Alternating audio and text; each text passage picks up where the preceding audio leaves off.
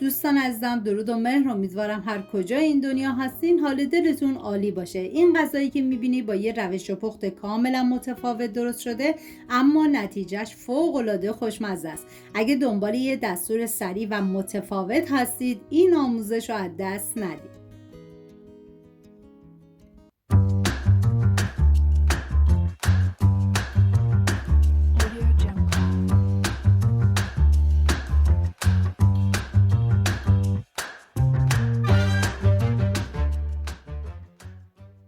دو عدد پیاز رو به صورت نگینی ریز خورد میکنم. این غذا برای 4 نفر در نظر گرفته شده. شما به اساس تعداد نفرات مواد رو کم یا زیاد کنید.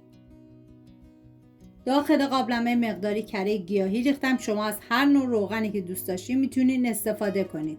بعد از داغ شدن پیاز ریز شده رو میریزم، هم میزنم، زمان میدم تا پیاز کمی سرخ بشه. همین اولی ویدیو هم میگم دم بیرجندیای عزیزمون گرم با این غذای فوق العاده خوشمزه شون. نوبت اضافه کردن ادویه هستش: نمک، زردچوبه، فلفل سیاه و پودر تخم گشنیز. ببینید تو دستور تهیه غذای اصلی پودر تخم گشنیز نبود، پس قابل حذفه. هم میزنم و میذارم ادویه ها تف بخورن، عطر ادویه ها آزاد بشه. بعد از تف خوردن 2 قاشق غذاخوری رب گوجرم میریزم، هم میزنم و میذارم رب تف بخوره، رنگ رب باز بشه. من غذاهای سنتی زیادی درست کردم که لینکش رو داخل دیسکریپشن گذاشتم. دوست داشتید ببینید درست کنید و از خوردنش لذت ببرید. 1 عدد سیب زمینی متوسط رو طبق ویدیو خورد کنید و عزیزانی هم که وگان هستن میتونن این اشکنه عدس بیرجندی رو درست کنن و از خوردنش نهایت لذت رو ببرن. بعد از اینکه سیب زمینی رو خورد کردم میریزم داخل قابلمه، هم میزنم و میذارم یه تفت مختصری بخوره.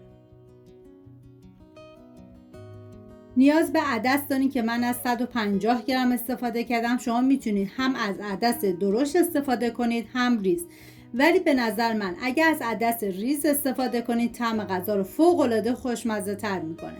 من عدس رو از 3 ساعت قبل خیس کردم و بعد به بقیه مواد اضافه میکنم، هم میزنم تا با هم دیگه مخلوط بشن و 3 لیوان و نصفی آب جوش میریزم، زمان میدم تا کاملا بپزه. زمان پخت این غذا تقریبا 1 ساعت هستش.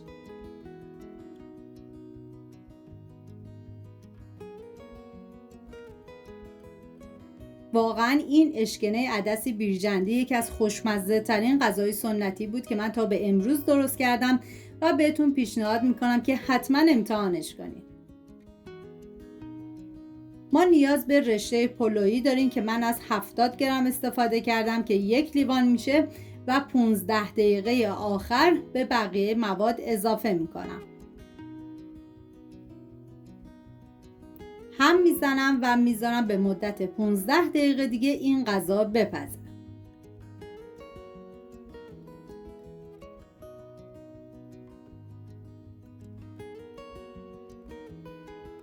خب اینم از اشکنه عدس بیرجندی ما. نتیجه همین شد که میبینید از یه ایده خیلی ساده رسید به یکی از خوشمزه ترین غذاهای سنتی. امیدوارم درست کنین و در کنار خانواده از خوردنش لذت ببرید. در آخر مقداری من پیاز چیپسی ریختم روش.